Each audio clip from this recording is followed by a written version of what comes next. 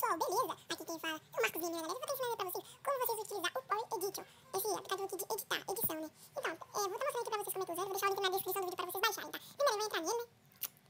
Espera aí. Entrou. Então, galera, o que a gente vai fazer agora? Peraí. Aqui, tem gente falando que fica atrapalhando. Aí, galera, o que a gente vai fazer? Eu vou pegar um vídeo meu aqui e vou fazer isso aqui, ó. Edit Project. Só que esse aqui já tá pronto, tá, galera? Mas eu vou colocar os seus negócios. Peraí, rapidamente, rápido. Peraí.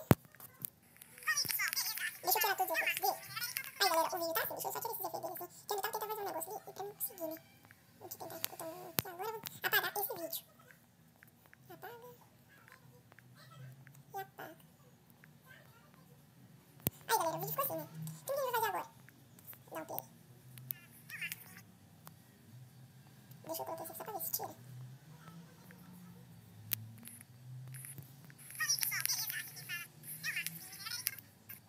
Tira aí. Tirar. Como é que eu tiro isso? Deixa eu tentar tirar ali. Aí, eu acho que eu consegui. Deixa eu ver. Tá, galera, consegui. Então, o que a gente pode fazer aqui, ó? Vou ensinar vocês vários. Você pode usar esse aqui, ó, tipo, dar um pause aqui e colocar assim pra escrever. Vou tentar usar esse daqui, ó. Esse aqui eu acho que deve ser legal. Tipo, pra usar pra, tipo, colocar pra inscrever assim no seu canal, essas coisas assim, né? Vamos colocar aí. Esperar pra colocar pra cima. Vou colocar. Inscreva. Aí, inscreva. Aí, deixa eu trocar de cor aqui. Vou colocar um. Agora, pessoal, deixa eu colocar um azul aqui que eu acho que vai ficar bacana. É um azul cobrado. Aí, galera, agora a gente vai. Espera aí. Vamos ver como é que ficou. Viu, galera, como é que ficou? Ficou muito bacana, então. A gente pode fazer isso aqui também, ó. Vir aqui e colocar, tipo, imagens. Vou vir aqui, pode colocar um joinha. Aí, vem aqui, dá um tipo,